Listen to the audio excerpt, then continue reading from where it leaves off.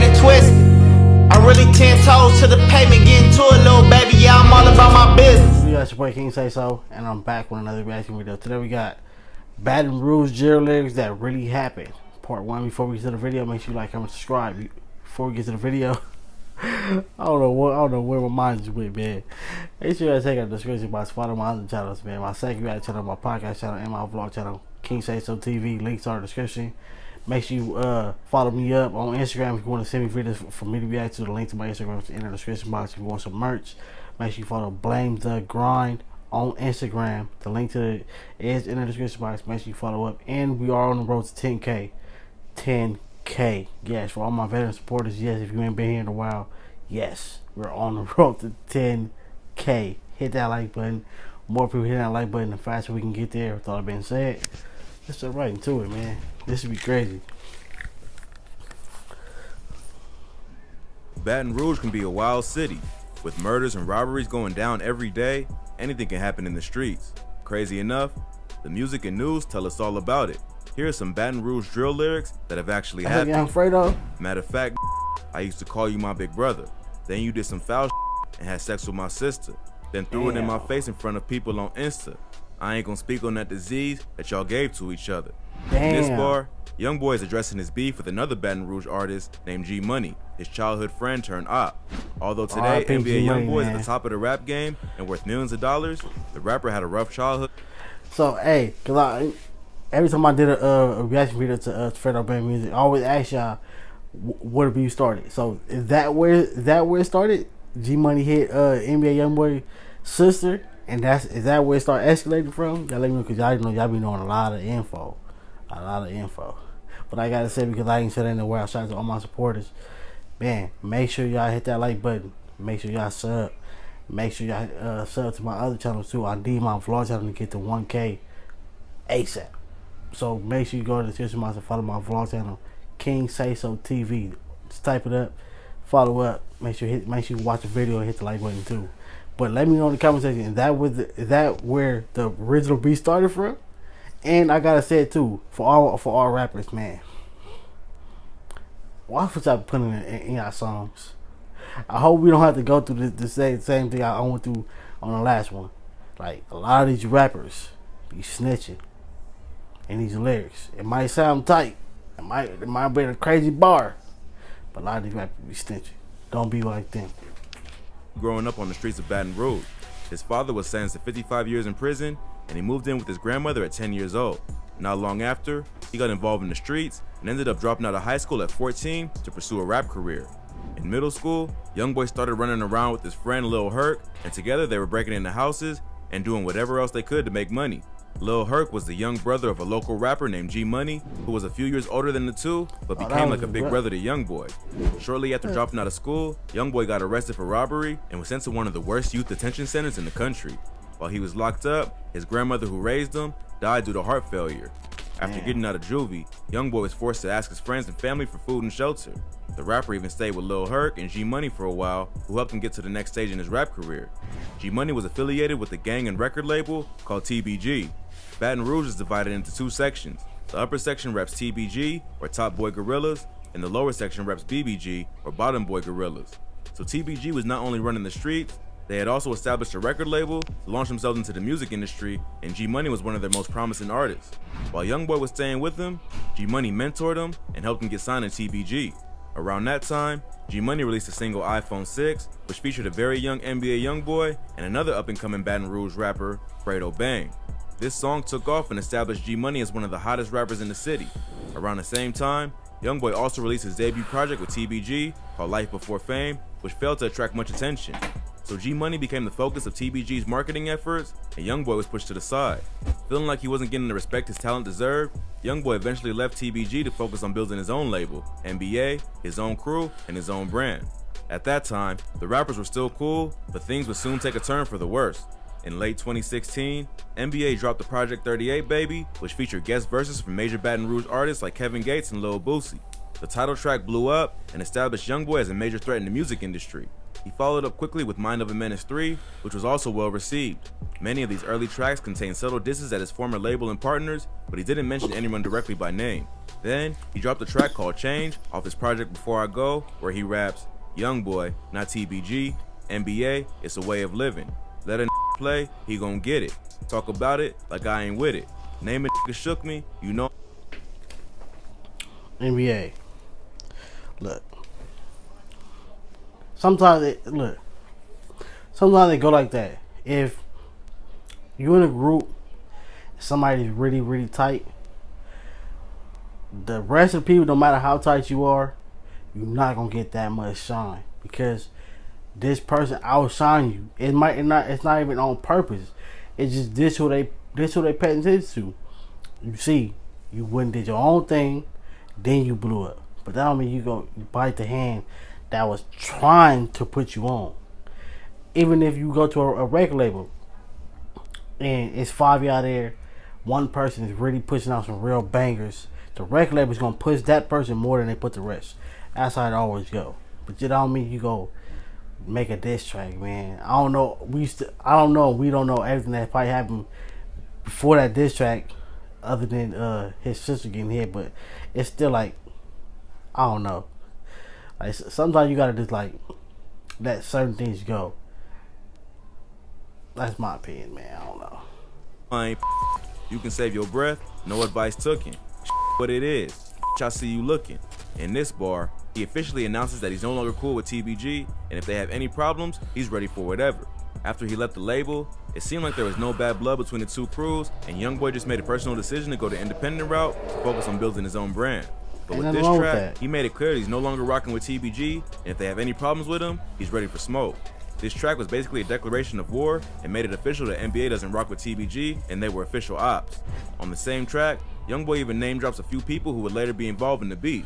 First he raps, "Coolin' on the phone with Dump," talking about his manager, who can be seen riding around with him in the video, where Youngboy is rapping along to the song. Dump would later be killed in retaliation for another murder in his deadly beef.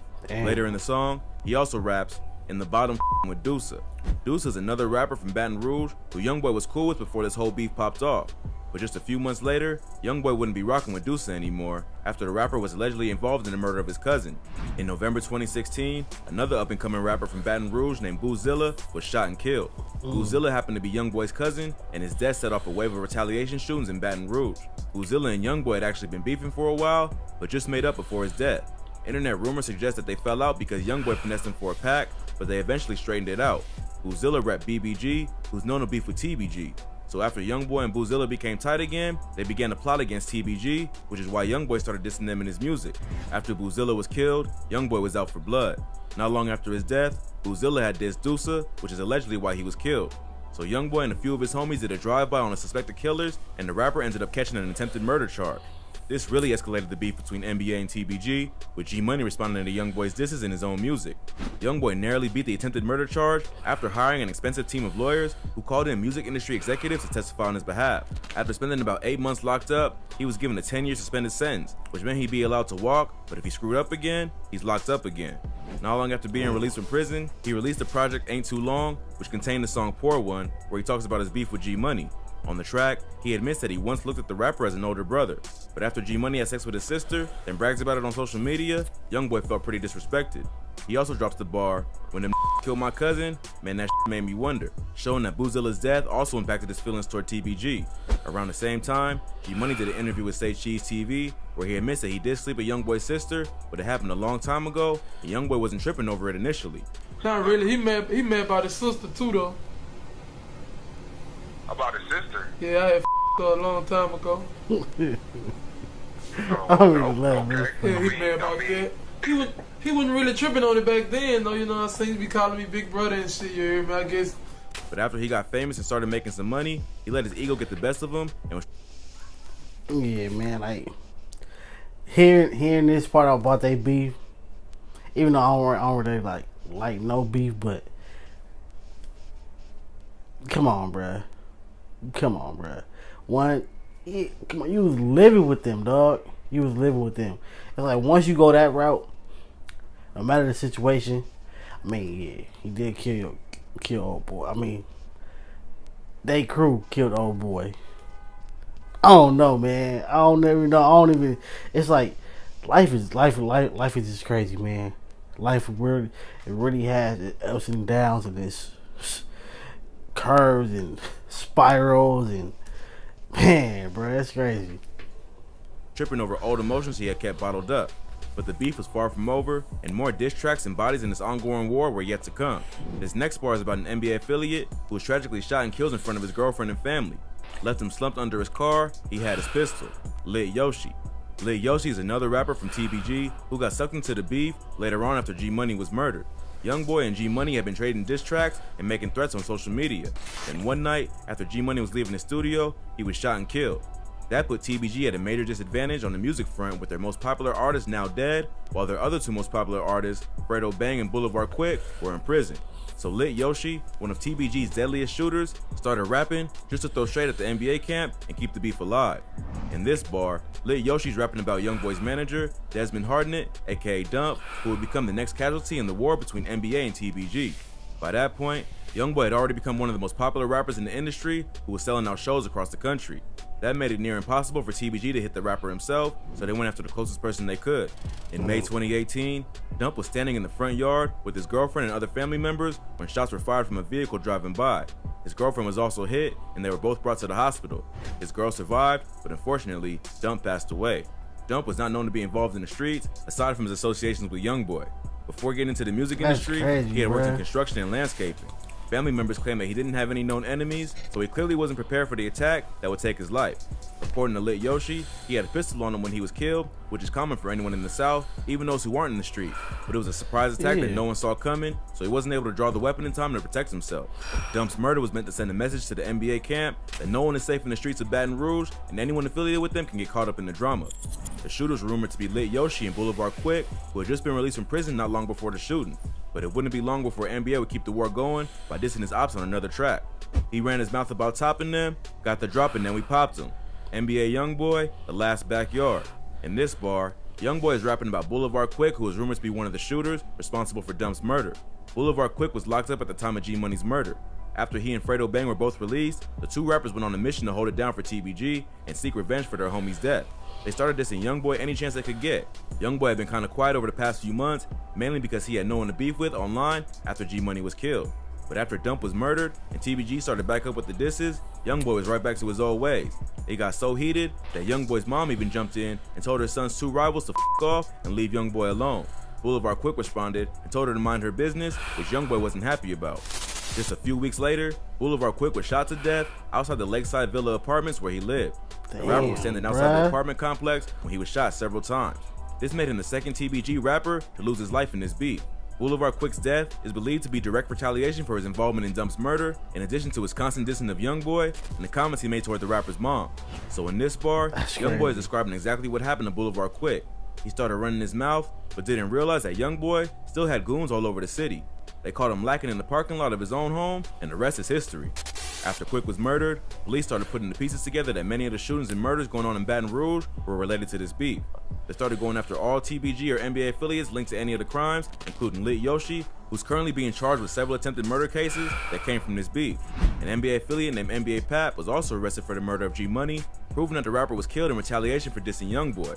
With all the other top rappers either dead or in jail, this left just Fredo Bang and Youngboy to compete over who was the most dominant rapper in the city. Youngboy is clearly the more popular and successful rapper at the moment, but all his street beefs and wild calls have gotten him into a lot of trouble.